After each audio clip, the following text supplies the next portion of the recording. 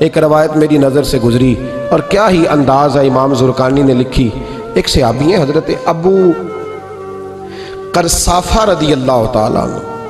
حضرت ابو قرصافہ رضی اللہ تعالیٰ عنہ فرماتے میں چھوٹا تھا، میری اماں اور میری خالہ مجھے ساتھ لے گئیں. میں نے کہا کہاں جانا ہے؟ کہنے لگے آؤ نبی پاک کا کلمہ پڑھنے جانا ہے.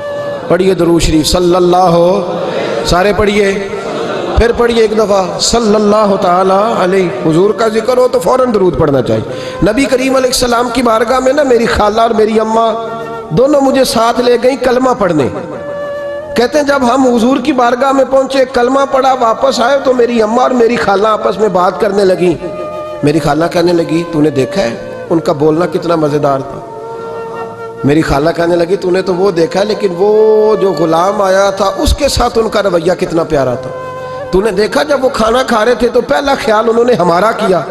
بار بار وہ ان کا ذکر کرتی، کہتے آپس میں حضور کی شانیں بیان کرتی، میری اماں بھی میری خالہ بھی. بالآخر بات لمبی ہو گئی تو میری اماں بولی، کہنے لگی بس کر، ہم کتنی عظمتیں بیان کریں گے، مجھے تو 3 باتیں سمجھ میں آئی ہیں. کتنی؟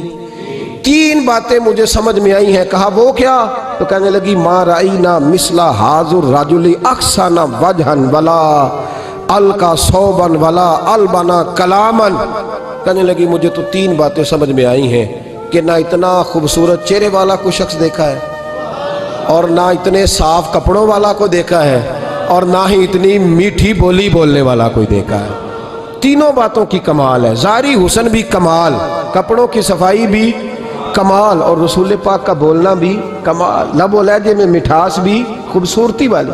یہ اصل حسن ہے کہ ظاہراً بھی انسان بڑا منزہ ہو، باطناً بھی بڑا صاف ستھرا ہو. میرے رسول پاک علیہ السلام کا طریقہ مبارکہ پتہ کیا تھا؟ حضور صلی اللہ تعالیٰ علیہ وآلہ وسلم جب مسجد میں نماز پڑھ لیتے تو حضرت جعفر رضی اللہ تعالیٰ عنہ فرماتے، بخاری کی حدیث ہے، فرماتے ہیں میں مدینہ شریف میں آیا تو حضور نماز پڑھ لیتے تو صحابہ نبی پاک کے پاس آتے اور حضور کا دست مبارک پکڑ کے پہلے چومتے پھر چہروں پہ ملتے. پہلے چومتے پھر چہروں پر. نبی پاک کے صحابہ حضور کے قدم بھی چوما کرتے، قدموں میں جھکا کرتے تھے. یہ تو بھائی اس وقت پتہ چلتا ہے جب کسی سے پیار ہو جاتا ہے. جب کسی بندے سے، میں اکثر مثال دیا کرتا ہوں اکثر کہ کسی کا بچہ پیشاب کرے تو کہہ آتی ہے، الٹی آتی ہے، لیکن اپنا بچہ بالوں میں بھی کر دیتا ہے. پھر کوئی کہہ نہیں آتی چونکہ اپنا ہے نا، پیار ہو گیا نا.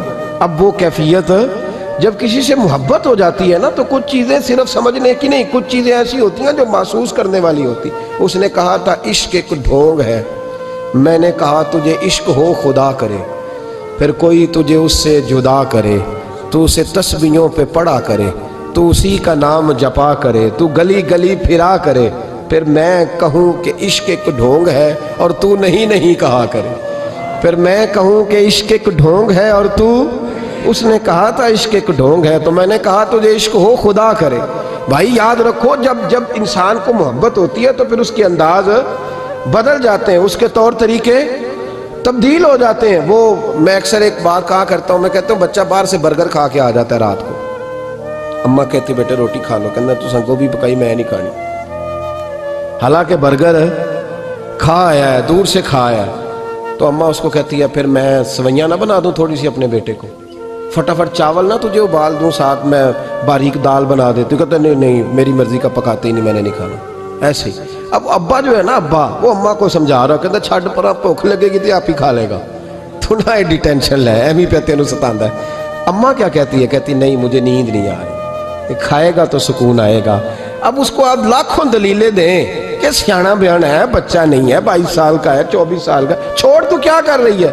لیکن اماں کو کوئی سمجھا سکتا؟ کیوں نہیں سمجھا سکتا کہ اسے اپنے بیٹے سے پیار بڑھائے. وہ کیا کرے، وہ مجبور ہے. اس کے دل کی کیفیت اس طرح کی ہے کہ کوئی دنیا کی طاقت اسے سمجھا سکتی، سوال ہی نہیں پیدا ہوتا کوئی اسے سمجھا سکے. یہ ممکن کیسے ہو، کیسے سکتا ہے؟ یہ محبت ہے. میرے رسول پاک علیہ السلام کے صحابی حضرت جعفر فرماتے ہیں میں حضور کی بارگاہ میں آیا تو صحابہ کیا کرتے؟ نبی پاک کا دست مبارک پکڑتے، پہلے چومتے پھر چہرے پہ ملتے. بخاری ہے. فرماتے میں نے کہا یہ کیا کر رہے ہیں؟ پھر اچانک میرا بھی دل کیا ذرا کر کے تو دیکھو. کچھ چیزیں چکھنے پہ پتہ لگتا ہے کتنی مزیدار ہے. کہتے میں بھی قریب گیا، حضور کے دست مبارک میں نے ہاتھ ڈالا. فرماتے ہاتھ پکڑا ہی تھا کہ نبی پاک کا ہاتھ برف سے بھی زیادہ ٹھنڈا. فرماتے ہیں پھر میں نے پکڑ کے چہرے پہ ملا تو کستوری سے زیادہ خوشبو آ رہی تھی دست مبارک۔ فرماتے ہیں اب میرا چھوڑنے کو دل ہی نہیں کر رہا تھا، اب میری طبیعت نہیں مان رہی تھی۔ میرے نبی کریم علیہ السلام اللہ کی دلیل ہیں، ہر پاکیزگی، ہر حسن، ہر کیف اللہ نے اپنے رسول کو عطا فرمایا۔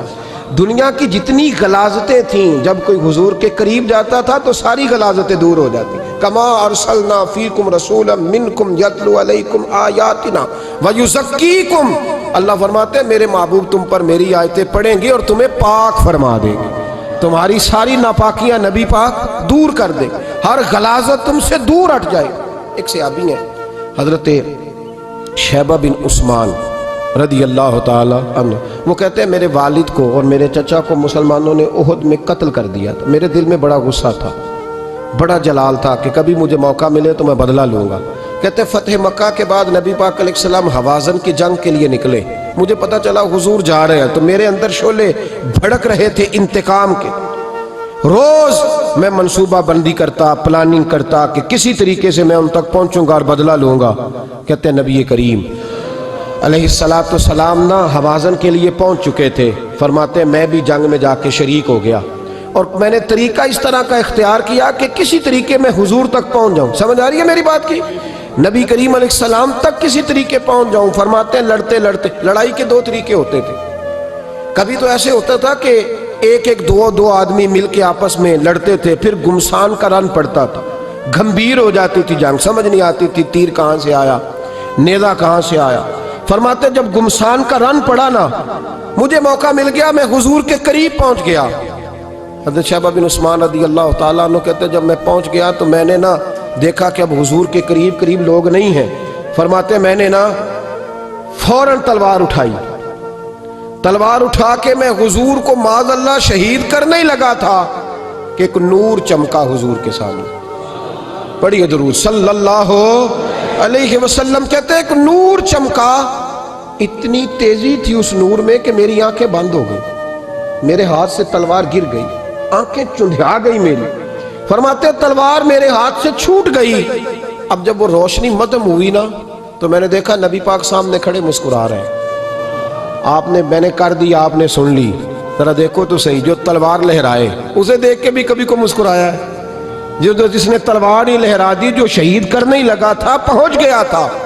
لیکن یہ اخلاق میرے رسول پاک کا ہے صلی اللہ علیہ۔ اعلیٰ حضرت فاضل بریلوی کا ایک شعر میں نے پڑھا، کئی کچھ چیزیں ایسی ہوتی ہیں جو بس نا وہ آتی تو سامنے ہیں لیکن وہ اتنا لطف دے جاتی ہیں کہ ٹھنڈا ہو جاتا ہے مزاج۔ رات کو میں شعر پڑھ رہا تھا اعلیٰ حضرت کا فاضل بریلوی رحمت، اور میں نے شعر پڑھا تو مجھے اچھا لگا سنانا۔ ایک دوست کو میں نے فون کیا، میں نے کہا یار ذرا شعر تو سن لے، یہ پہلی دفعہ نظر سے گزرا ہے، ابھی سیدھا سادہ لیکن روح تک اتر گیا۔ اعلیٰ حضرت فرمانے لگے نبی پاک کے بارے میں، فرمانے لگے سیدھی سیدھی روش پر کروڑوں درود، سیدھی سیدھی روش پر، بالکل سیدھی ہے حضور کی باتیں، کسی پیچیدگی کی ضرورت نہیں۔ کہنے لگے سیدھی سیدھی روش پر کروڑوں درود، سادی سادی طبیعت پہ لاکھوں سلام، سادی سادی طبیعت پہ سیدھی سیدھی روش پر کروڑوں درود اور سادی سادی طبیعت پہ لاکھوں سلام۔ میرے نبی کریم صلی اللہ علیہ وسلم مجھے دیکھ کے مسکرائے اور فرمایا جب حضور مسکرائے نا تو میں نبی کریم علیہ السلام کو دیکھ کے حیران ہوا کہ میں نے تلوار تانی تھی اور حضور نے مسکرانا شروع کیا۔ فرماتے اب حضور نے مجھے بلایا، آواز کے ساتھ نہیں بلایا، حضور نے اشارہ کیا یوں کر کے، فرمایا ادھر آؤ نا۔ فرماتے مجھے اب یہ بھی سمجھ نہیں آئی کہ کس نے مجھے اٹھا کے حضور کے قریب کر دیا۔ فرماتے میں نبی کریم کے قریب گیا تو حضور نے میرے دل پر 3 تھپکیاں دی، ایک تھپڑ ہوتا ہے ایک تھپکی ہوتی ہے، پتہ ہے نا فرق کا؟ ایک تھپڑ کو مارے تو جلال آتا ہے اور تھپکی دے تو پیار آتا ہے۔ کہتے ہیں حضور نے 3 تھپکیاں دی اور دی بھی میرے دل پر، ایک پھر 2 پھر 3۔ کہتے ہیں پہلی تھپکی دی تو میرے اندر سے کفر نکل گیا، دوسری تھپکی دی تو میرے اندر ایمان داخل ہو گیا، اور تیسری تھپکی جب نبی پاک علیہ السلام نے دی تو مجھے ہر چیز سے بڑھ کر رسول اللہ سے پیار ہو گیا، محبت ہو گئی نبی کریم سے۔ آپ فرماتے ہیں اب حضور نے نا فوراً میرے ہاتھ میں تلوار تھمائی، فرمایا پہلے تو ہمارے خلاف لڑ رہا تھا، تلوار پکڑ، اب ہماری طرف سے لڑ۔ تلوار پکڑو لڑ. آپ فرماتے میں اتنا لڑا کہ جو حضور کا دشمن سامنے آتا میں گلا کاٹ دیتا, جو آتا میں اس کے ٹکڑے کر دیتا. فرماتے ہیں پہلے میں باپ کا بدلہ لینے آیا تھا اور اب میرا یہ حال ہے کہ اگر میرا باپ بھی سامنے آئے گا تو میں اس کا بھی گلا کاٹ دوں گا, لیکن حضور کے قریب کسی کو جانے نہیں دوں گا. حضرت شیبہ بن عثمان کہتے ہیں جنگ ختم ہو گئی, حضور خیمے میں گئے, میں بھی گیا. اب نبی پاک لوگوں سے باتیں کر رہے ہیں, حضور لوگوں سے باتیں کر رہے ہیں. میں ایک کونے میں بیٹھا سوچ رہا ہوں کہ میں تو بدلہ لینے آیا تھا, یہ میرے ساتھ ہوا کیا؟ حضور لوگوں سے باتیں کرتے جا رہے ہیں, میں سوچتا جا رہا ہوں کہ میں تو انتقام لینے آیا, یہ کیا معاملہ ہوا؟ کہتے محبوب نے اچانک میری طرف نظر اٹھائی اور فرمانے لگے شیبہ ایک ارادہ تو نے کیا تھا جو غلط تھا, اور ایک ارادہ میرے رب نے کیا ہے اور تیرے اوپر فضل فرما دیا ہے. فرماتے حضور نے اب مجھ سے فرمایا کوئی خواہش ہو تو بتاؤ, مانگ لو کچھ مانگنا ہے تو. میں نے عرض کی یا رسول اللہ میری بخشش کی دعا کر. بڑا میرا خوفناک ماضی ہے, میں اسلام کا بڑا دشمن رہا ہوں, حضور دعا کر دیں, یاد ماضی عذاب ہے یا رب, چھین لے مجھ سے حافظہ میرا. یا رسول اللہ بڑے گناہ ہیں میرے, دعا کر دیں.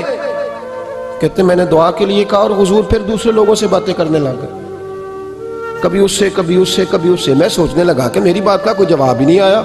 جب تو 3 بار میں نے سوچا تو میرے کریم نے پھر توجہ میری جانب کی اور فرمایا تو نے بخشش کی دعا کا کہا تھا, میں نے سن لیا ہے, رب کریم نے تیری بخشش فرما دی ہے, اللہ نے تجھے بخش دیا ہے, تیری خطائیں رب کریم نے معاف کر دی. نبی پاک کے دست مبارک کی برکت. رسول پاک ایک صحابی تھے حضرت فرقد ان کا نام تھا رضی اللہ تعالی. پہلے نا میں جب گفتگو کیا کرتا تھا نا تو میں صحابہ کا نام نہیں لیتا تھا, میں کہتا تھا ایک صحابی فرماتے ہیں, کیونکہ صحابہ کے نام مشکل تھے, لوگوں کو یاد نہیں رہتے. ایک دن میرے دل میں خیال آیا کہ نام لیں گے نہیں تو انہیں آئیں گے کیسے, چلو خود کسی کو یاد ہو جائے گا. مجھے اچھا لگا, پچھلی دفعہ میں نے حضرت ساسا بن ناجیہ کا نام لیا تو مجھ سے میرے دوستوں نے کہا ذرا لکھ کے دیں کیا نام تھا. مجھے خوشی ہوئی کہ یار اگر یہ لفظ کہے جائیں گے تو لوگوں کو دلچسپی ہوگی. حضرت فرقد ایک صحابی تھے, اور یہ وہ صحابیاں جنہوں نے حضرت عمر کے زمانے میں موصل کا علاقہ فتح کیا تھا. بڑے دلیر تھے, ان کی 4 بیویاں تھیں. وہ کہتے ہیں جب بھی یہ گھر میں آتے تو خوشبو اتنی اعلیٰ لگا کے آتے کہ ہم حیران ہو جاتی. عورتیں زیادہ تیاری کرتی ہیں نا مردوں سے کہ نہیں, کہ آج کل مرد زیادہ کرتے ہیں. چلو میں درد چھوڑو, میں اپنی اصلاح کر لوں. تسی دوواں گلاں تے انجن کیتا ہے, اب پتہ نہیں سچ کیا ہے, کون زیادہ تیاری کرتا ہے. چلو بیٹھے جو مرد نے, ویسے میرے پاس جو اخباری تراشیں ہیں ان میں یہ لکھا ہے کہ آج کل مردوں کے میک اپ پہ زیادہ خرچ آنے لگا. یہ تحقیقی رپورٹ ہے, اور پاکستان میں سب سے زیادہ جو اخراجات ہیں وہ میک اپ کے سامان کے ہیں. پہلے لڑکیاں بیوٹی پارلر جاتی تھی, اب لڑکے بھی جاتے ہیں. پہلے صرف دلہن جاتی تھی, اب سارا خاندان جاتا ہے. اللہ تعالیٰ معاف کرے. اس کے باوجود بڑی غربت ہے ملک میں, پریشانی بھی بڑی ہے. اس کے علاوہ ہمیں غریبوں کا درد ہے, اس کے باوجود ہم لوگوں کی مدد کرنا چاہتے ہیں. پتہ نہیں کیا ترجمہ کیا ہم نے غریب پروری کا, کیا معنی بنایا, اللہ ہی بہتر جانتا ہے. کہ وہ چیزیں جن کی بالکل حاجت نہیں, بالکل ضرورت نہیں, ان پر لاکھوں لٹا کے کہتے ہیں وہ دیکھو بیچارے کو روٹی نہیں مل رہی. تو بھائی آپ مہربانی کرتے, خالی کنگھی کر لیتے, باقی پیسے غریب کو دے دیتے. لیکن چلے معیار ہے نا ہمارا اپنا معیار ہے, اس پر میں جاتا نہیں, بات نہیں کرتا.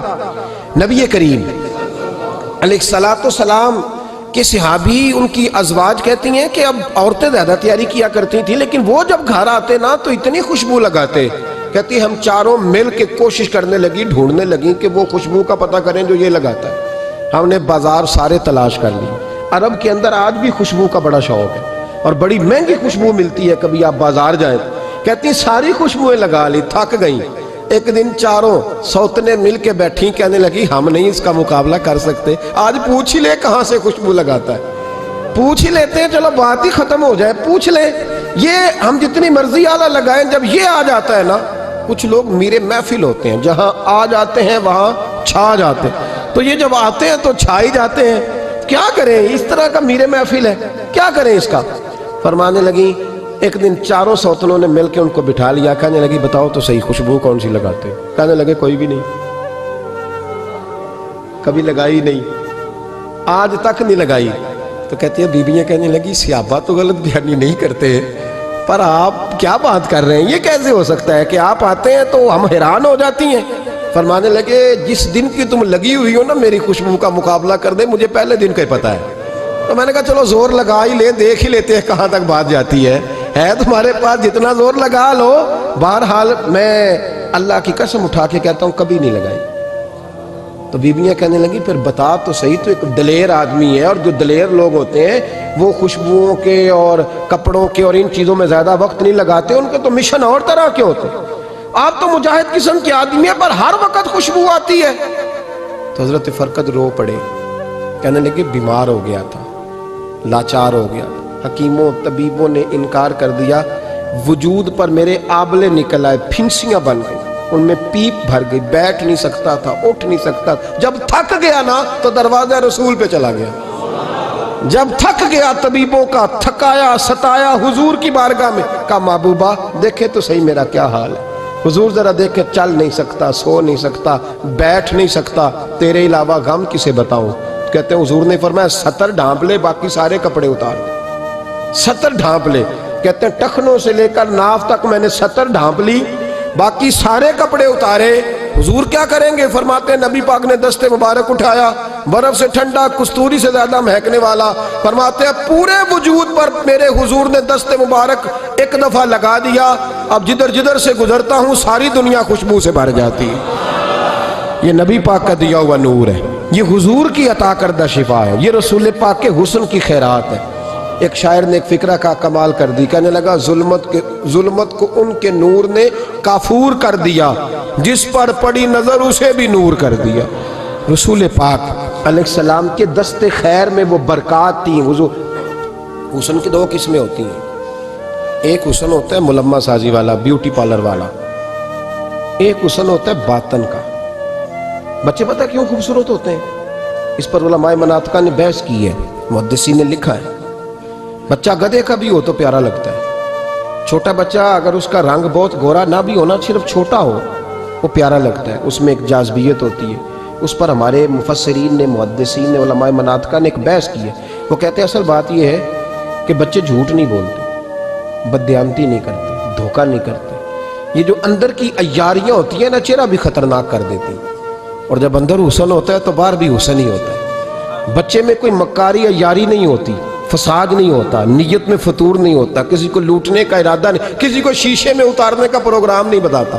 بچہ چرب زبان نہیں ہوتا، اس کو طریقہ نہیں ہوتا، وہ لوگوں کو قائل کرنے کے ہر وقت دوڑتا نہیں، الٹی سیدھی گیمیں نہیں چلاتا، کیونکہ اندر حسن ہوتا ہے تو وہ حسن اس کے چہرے پر معصومیت بن کے آتا ہے۔ سمجھ آ رہی ہے میری بات کی؟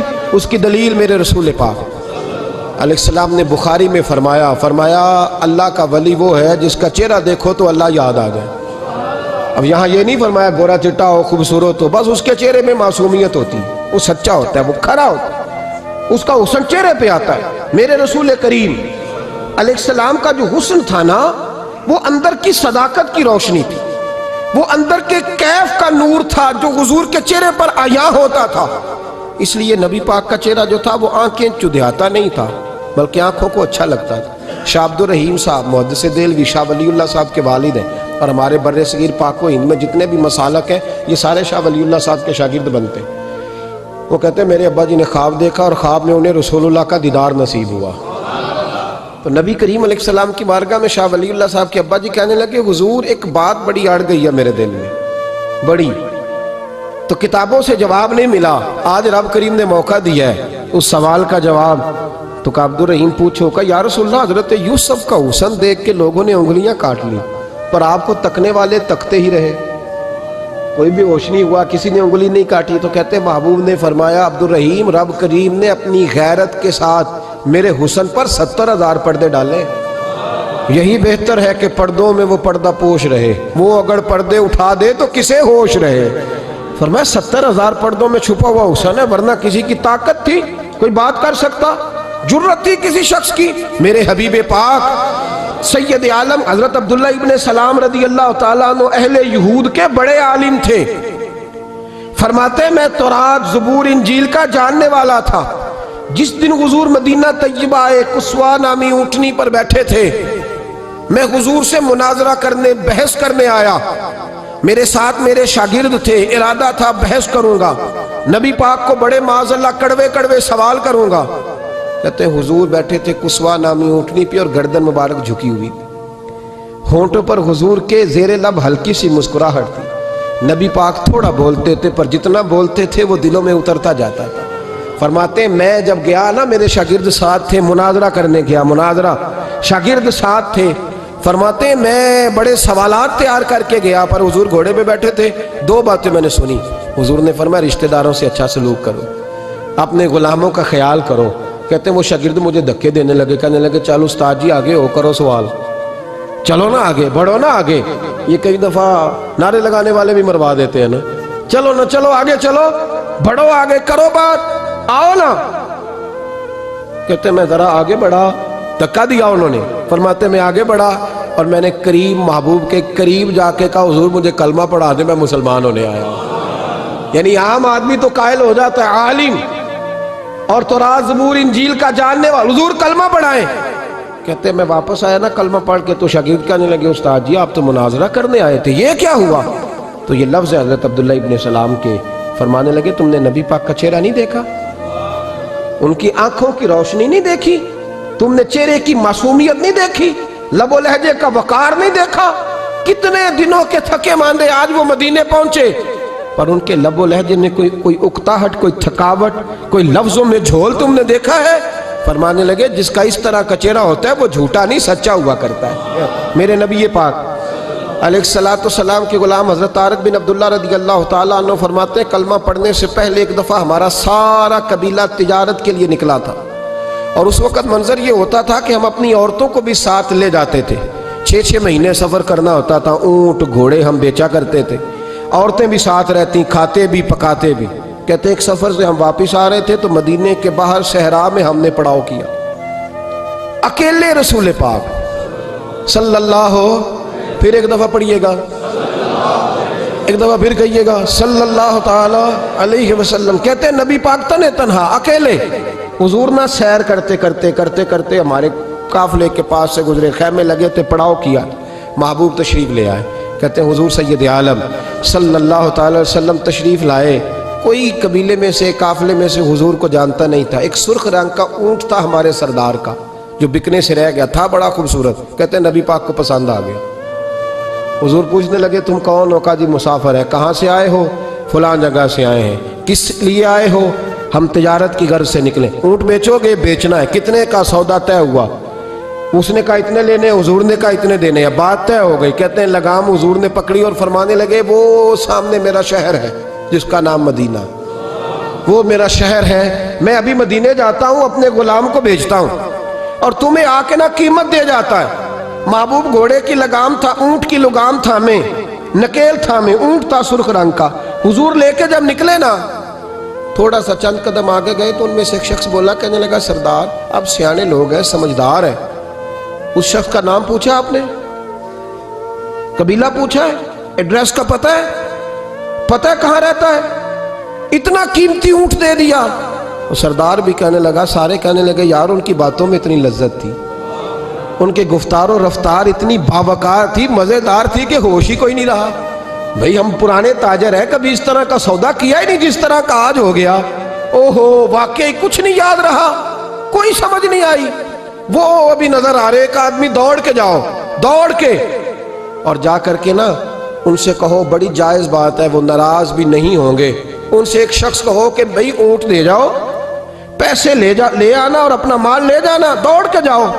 ایک شخص دوڑنے لگا تو سردار کی بیوی خیمے کے اندر تھی، پردے کے پیچھے سے بولی، کہنے لگی خبردار کوئی پیچھے نہ جائے، اگر پیسے مل گئے تو ٹھیک ہے، نہ ملے تو میں دے دوں گی، کوئی پیچھے نہ، کوئی نہ جائے پیچھے۔ سردار کہنے لگا تو جانتی ہے؟ کہنے لگی نہیں۔ کہا گارنٹی کیوں دے رہی ہے؟ تو کہنے لگی تم نے ان کا چہرہ نہیں دیکھا؟ تم تو سودے کر رہے تھے، میں پردے کے پیچھے سے دیکھ رہی تھی۔ پیر مہر علی شاہ صاحب کو کسی نے کہا تھا نبی پاک کا حلیہ بیان کرے، بتائیں حضور کے کان مبارک کیسے تھے، آنکھیں کیسی تھی، ناک مبارک کیسی تھی، بینی مبارک کیسی تھی۔ تو پیر مہر علی شاہ صاحب کہنے لگے کوئی مثل نہیں ڈھولن دی، کہنے لگے مجھ سے نہیں بیان ہوتا حضور کا حلیہ، کوئی مثل نہیں ڈھولن دی، تو چپ کر مہر علی، ایتھے جا نہیں بولن دی۔ بس کر، تو بیان کر سکتا ہے اتنی طاقت؟ اعلیٰ حضرت نے کہا لم یاتی نذیر کفی ناظر مثلے تو نشد، پید آ جانا۔ کہا حضور مثال تو تب آپ کی بنے گی نا، کوئی آپ کی طرح کا پیدا تو ہوگا، تب بھی مثال بنے گی، تو جب ہوا ہی نہیں تو مثال کیسے بنے گی؟ کہنے لگی کوئی نہ جائے، نہ پیسے آئے تو میں دے دوں گی۔ میں تو پردے کے پیچھے سے دیکھ رہی تھی، ان کے چہرے کا وقار دیکھا، ان کی آنکھوں کی روشنی دیکھی، ان کے لفظوں کا حسن دیکھا۔ تم 50 باتیں کرتے تھے، وہ ایک جواب دیتے تھے، اور گنے چنے لفظ بولتے تھے، ان کی سادگی کا وقار دیکھا۔ جانے دو، نہ پیسے آئے تو میں دوں گی۔ کہتے ہیں حضور گئے، تھوڑی دیر کے بعد ایک کالے رنگ کا حبشی غلام آیا، پیسے بھی پکڑے اور اپنی چادر میں نا کھجوریں باندھ کے تو پیچھے ڈالی ہوئی، اور دیہاتی لوگ پیچھے نہیں ڈال لیتے، کھجوریں ڈال کے پیچھے۔ کہتے ہیں وہ آئے اور ان کی آنے کا انداز بھی بڑا نرالا تھا۔ کہتے ہیں وہ جھومتے جھومتے اللہ کا ذکر کرتے، اللہ الصمد کرتے پہنچ گئے، اور آگے کہنے لگے تم سے میرے نبی نے اونٹ خریدا ہے؟ تم سے؟ کہا ہم سے خریدا ہے۔ کہنے لگے یہ تمہارے پیسے؟ اور پھر چادر کھول کے صحرا پہ بچھا دی، کہنے لگے یہ تمہارے پیسے اور کھجوریں کھاؤ، میرے نبی نے تحفہ بھیجا ہے، کھاؤ، حضور نے تحفہ بھیجا ہے۔ تو وہ سردار کی بیوی اوٹ ہٹا کے کہنے لگی وہ کالے رنگ کے حبشی غلام، انہیں کھجوریں کھلا، اور مجھے اس عزت والی ماں کا نام بتا جس کے گھر میں ایسا لال پیدا ہوا، انہیں کھجوریں کھلا، اور مجھے اس عظمت والے باپ کا نام بتا جس کے گھر میں ایسا پھول کھلا ہے، وہ قبیلہ تو بتا تو صحیح، وہ کون تھے؟ 2 گھڑیاں رکے ہیں پر خوشبوئی پھیل گئی ہے، رنگ ہی بدل گیا، تار کوئی مثل نہ ڈھولن دی، تو چپ کر مہر علی، ایتھے جہاں نہیں ہوں بولن دی۔ حضرت طارق بن عبداللہ کہتے ہیں جناب بلال فرمانے لگے وہی تو اللہ کے آخری رسول ہے، وہی تو خاتم المرسلین ہے، وہی تو ہے جنہیں اللہ نے ساری انسانیت کے لیے نمونہ عمل بنایا۔ کہتے ہیں ہم اونٹ بیچنے گئے تھے پر سارے کا سارا قبیلہ ہی مسلمان ہو گیا۔ نبی پاک کی حضور کے ظاہری حسن کے تذکرے ہماری اولادوں کو آنے چاہیے۔ ایک شعر مرحوم اعظم چشتی نے کہا تھا، کمال کر دی، کہنے لگے سمجھا نہیں ہنوز میرا عشق بے ثبات، تو کائنات حسن ہے یا حسن کائنات؟ میں آج تک سمجھ نہیں سکا، سمجھا نہیں ہنوز میرا عشق بے ثبات، تو کائنات حسن ہے یا حسن کائنات۔ بھائیو وہ سارے طریقے اپناؤ جو رسول پاک نے عطا فرمائے۔